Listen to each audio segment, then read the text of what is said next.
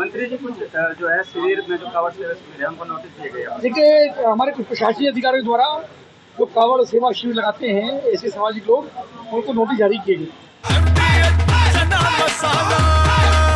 अब छोलिया हो या लोबिया, सफेद चने या काले चने, सब कुछ मजेदार बने।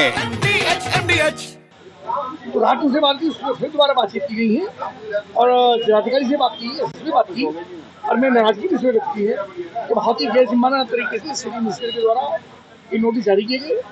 उन्होंने इसके लिए खेद व्यक्त किया है और वे नोटिस है तत्काल प्रभाव से वापस हो गए और किसी भी ऐसे सेवा करने वाले व्यक्ति को नोटिस देने का मतलब ही नहीं है। ये लोग घर से पैसा भी खर्च करते हैं, समय लगाते हैं, दिन रात जागते हैं, परिश्रम करते हैं, कांवड़ियों की सेवा करते हैं।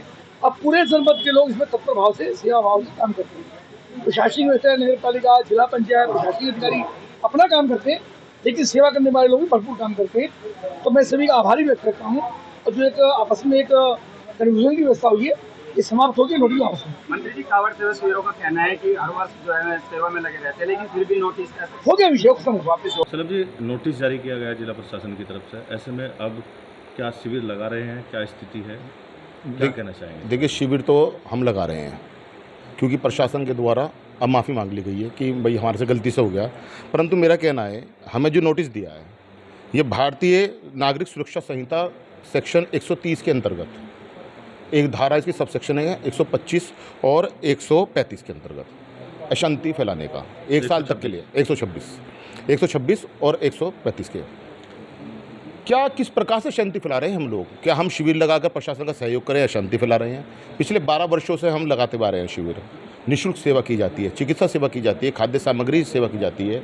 जो हमारे सारे कार्यकर्ता सेवादार होते हैं, जो शिविर संचालक होते हैं, वे लोग अपना घर बार छोड़कर लगातार 5 दिन, 7 दिन, 8 दिन, 10 दिन सारे कांवड़ियों की सेवा करते हैं।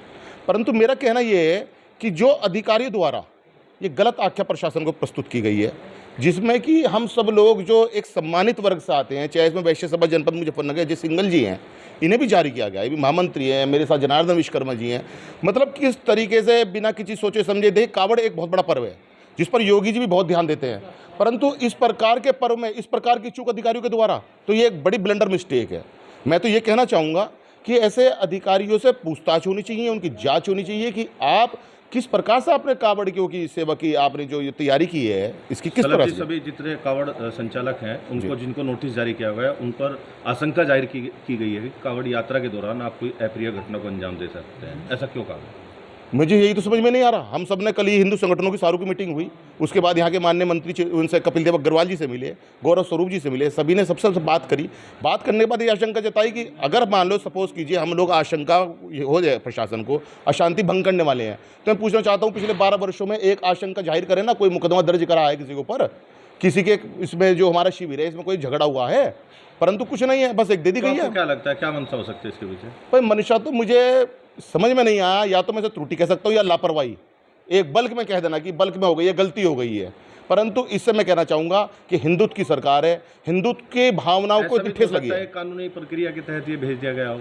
कानूनी प्रक्रिया, देखिए सुनिए, कानूनी प्रक्रिया अगर औपचारिक तौर पर होती तो अपराधियों पे तो होगी, सम्मानित व्यक्ति पे थोड़ी होगी। इससे हमारी सामाजिक प्रतिष्ठा भी होगी, सामाजिक प्रतिष्ठा भी तो हनन होगा ना। अगर ये तो सपोज करो हम सारे शादीशुदा है, अगर कोई से कुआरा होता तो शायद इस बात पे तो रिश्ता टूट जाता, करने तो शांति फैलाने वाले उपद्रवी लोग हैं। संजय जी, आपके शिविर कौन सा है जिसे आप चलाते हैं और कितने समय से चलाते हैं? राष्ट्रीय हिंदू शक्ति संगठन का शिविर है। यहाँ पर 35-36 वर्षों से हम शिविर चलाते हैं इस शहर के अंदर। क्या हुआ जो एक नोटिस जारी किया गया है प्रशासन की तरफ, क्या है वो नोटिस? और बहुत मतलब एक ऐसी स्थिति जो आज तक पैदा नहीं हुई, न सपा सरकार में न बसपा सरकार में, और जो है हम लोगों को एक शांति भंग का नोटिस मिला है और उसमें सीधा सीधा हमें 1 साल के लिए कि आप कांवड़ यात्रा को बाधित कर सकते हैं, दंगा करवा सकते हैं, कांवड़ यात्रा में कोई भी अप्रिय घटना करा सकते हैं, इस तरह की वर्डिंग यूज़ करके हम लोगों को उसमें पाबंद किया गया है 1-1 लाख रुपये मुचल देगा। हम लोगों का कहना यह है कि हम लोग प्रशासन का सहयोग कर रहे हैं, हम लोग कैंप लगा रहे हैं, निस्वार्थ भाव से सेवा कर रहे हैं, किसी तरह का कोई शुल्क नहीं हम लिया करते। हम लोगों के द्वारा आज तक किसी तरह का कोई भी उपद्रव नहीं किया गया। कांवड़ यात्रा के दौरान पूरा प्रशासन को सहयोग किया गया और यहाँ तक कि अगर कोई कांवड़ फंस गई या कोई दिक्कत होगी, कोई परेशानी होगी, हम लोग आगे हट के उस समस्या का समाधान कराते हैं। ये सभी शिविर वाले हैं। नोटिस के बाद आप लोगों ने एक बैठक भी की, उसमें क्या निर्णय लिया, किस तरह की बातचीत हुई? आपको नोटिस मिलने के बाद किस तरह का लगा, चूँकि आप कांवड़ शिविर पिछले कई दशकों से लगाते हैं? हमें बहुत बुरा लगा, हमें इतना बुरा लगा, हमारी छवि को खराब करने का प्रयास प्रशासन द्वारा किया गया, क्योंकि माननीय नगर मजिस्ट्रेट महोदय द्वारा स्पष्ट रूप से बोला गया कि इनके पुराने रिकॉर्ड को देखकर ये नोटिस जारी किए गए हैं। हमारा क्या पुराना रिकॉर्ड है? हम तो कह रहे हैं कि प्रशासन निकाले हमारा पुराना रिकॉर्ड। हमने कब कावड़ में दंगे किए? कोई मुकदमा आपराधिक मुकदमा नहीं है। तो और प्रशासन, आप लोग, हम लोग सीधा सीधा चाहते हैं कि जिस वजह से या किसी कारण से, जिस कारण से भी इन्होंने हमें नोटिस दिया है, उस अधिकारी के खिलाफ सख्त से सख्त कार्रवाई होनी चाहिए। और जो हमारी छवि को धूमिल करने का प्रयास किया गया है जनता के बीच में, हम लोग समाज सेवा कर रहे हैं, हम लोग समाज का कार्य कर रहे हैं और हमारी समाज के बीच में छवि खराब की जा रही है। तो हम चाहते हैं कि भाई जिस अधिकारी द्वारा ये किया गया है उनके खिलाफ सख्त से सख्त कार्रवाई होनी चाहिए और माननीय मुख्यमंत्री जी को इसका संज्ञान लेना चाहिए। नोटिस मिलने के बाद क्या आप अपना शिविर जो लगा रहे हैं उसको लगाएंगे या क्या निर्णय लिया? नहीं, शिविर का कार्य तो लगभग पूरा हो चुका है।